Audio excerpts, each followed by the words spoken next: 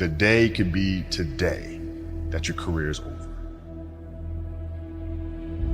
Now what do you do?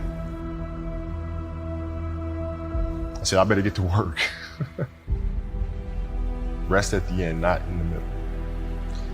And that's something I always live by.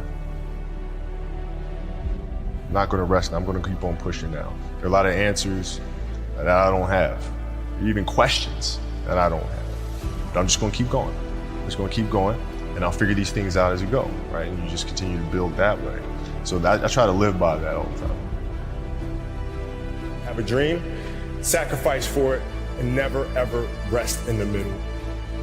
And I came into the NBA, I was like, man, these dudes really don't work that hard.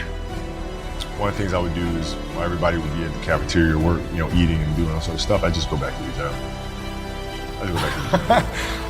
How can I show you that, no, I have the edge? Well, you do it through training, right? So when I get up in the morning, my daughter goes with me.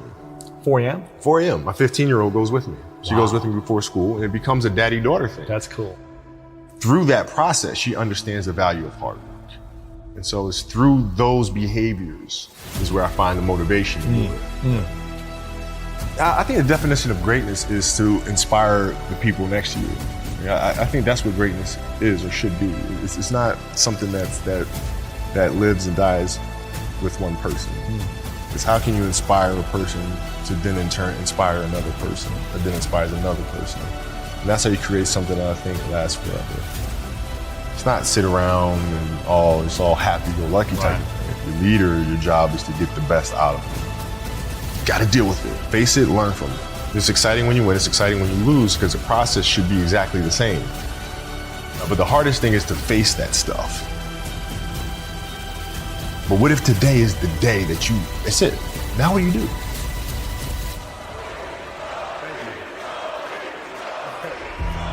What can I say? MAMBA out.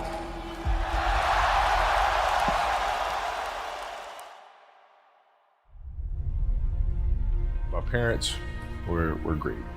Growing up, they instilled in me the importance of imagination, of curiosity, and understanding that, okay, if you want to accomplish something, I'm not just going to sit here and say, yes, you can do whatever you want. Yes, you can, but you have to also put in the work to get there, right? So they taught me that at a really early age, man. And when you grow up as a kid thinking that the world is your oyster, all things are possible if you put in the work to do it, you grow up having that fundamental belief. Who was more influential for you, your father or mother? Both were influential at different points. Yeah. Right. My mom was there on a daily basis. My father was really influential at a really critical time where I had a summer where I played basketball when I was like 10 or 11 years old. And here I come playing and I don't score 1 point the entire summer. Not one. You didn't score once? Not one. Were you in the game? I was in the game. How'd you not score? Because I was terrible. Not a free throw, nothing. Not a lucky shot, not a breakaway layup, 0 points. And I remember crying about it and being upset about it. My father just gave me a hug and said, listen, whether you score 0 or score 60, I'm gonna love you no matter what. Wow. Now that is the most important thing that you can say to a child. Because from there, I was like, okay, that gives me all the confidence in the world to fail. I have the security there. But to hell with that, I'm scoring 60. Let's go. Right. And from there, I just went to work. I stayed with it. I kept practicing. I think that's when the idea of understanding a long-term view became important. Because I wasn't going to catch these kids in a week. I wasn't going to catch them in a year.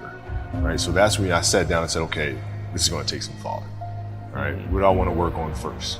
All right, shooting. All right, let's knock this out. Let's focus on this. Half a year, 6 months, do nothing but shoot. Right after that, all right, creating your own shot. You focus. So I started creating a menu of things. When I came back the next summer, I was a little bit better.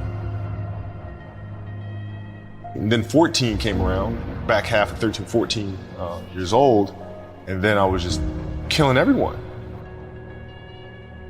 And it happened in 2 years, and I wasn't expecting it to happen in 2 years, but it did, because what I had to do was work on the basics and the fundamentals. But they relied on their athleticism and their natural ability. And because I stick to the fundamentals, it just caught up to me. And then my body, my knees stopped hurting. I grew into my frame. And then your athleticism once you have the fundamentals, the hard work, the mindset, and you tack on the athleticism, it's game over. Then it was game over. Wow.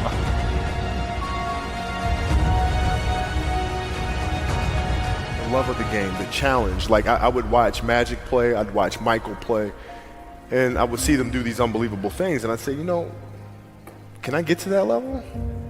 I don't know, but let's find out. Let's find out.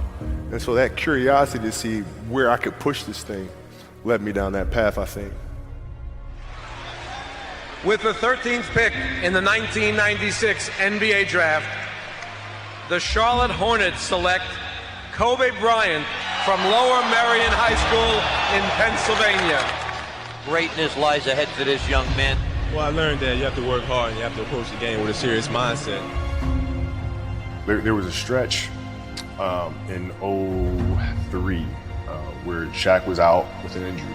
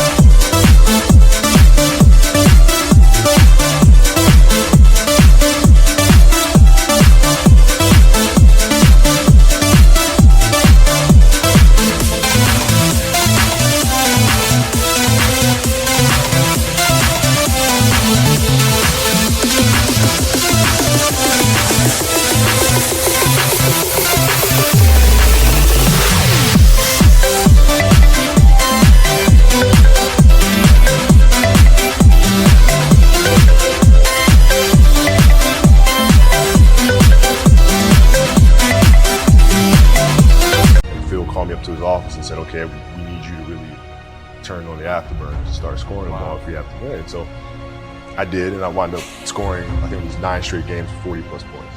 9 straight? 9 straight games. And then Shaq comes back, his second to last game of that. And then Phil calls me to his office and says, Kobe, okay, I need you to dial it back.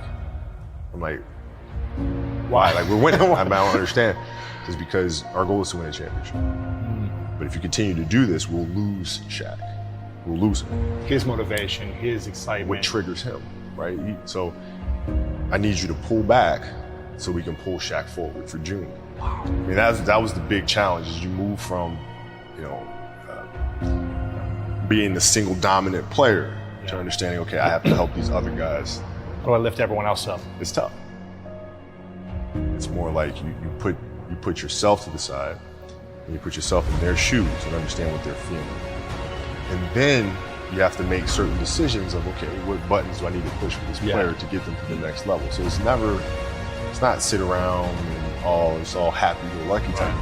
The leader, your job is to get the best out of them, even if they may not like it at that time. He was very demanding because he expected everyone to put in the same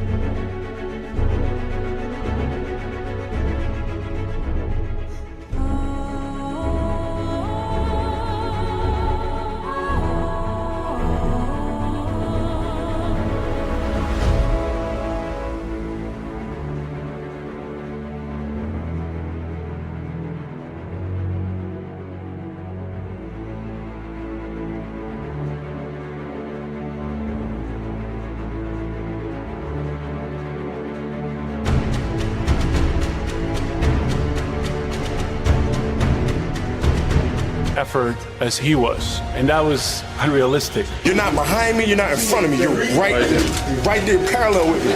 Practice was very competitive right away. You know how Kobe is. We was drawing, we had it going sometimes. he didn't let me slip a lot. Times where get ejected or about to get a technical foul or going off the deep end, he would be there to, you know, set me straight a lot, which helped me out a lot. So we get in the timeout, and he's like, hey, I'm open. I'm like, okay. And so we go out, and same thing, hey, I'm open. Okay. And, you know, come back in, hey, dude, you got to throw me the ball. I said, man, fuck that. Get it off the rebound if I miss, bro. Listen, I don't deal with people that don't commit at that level, but then act as if they do. The running joke, or he doesn't pass and all sort of crap. Man, that's okay, you know, but I'll take those 5 rings. I'll take 5 of them. Best in the game, the best closer, finisher.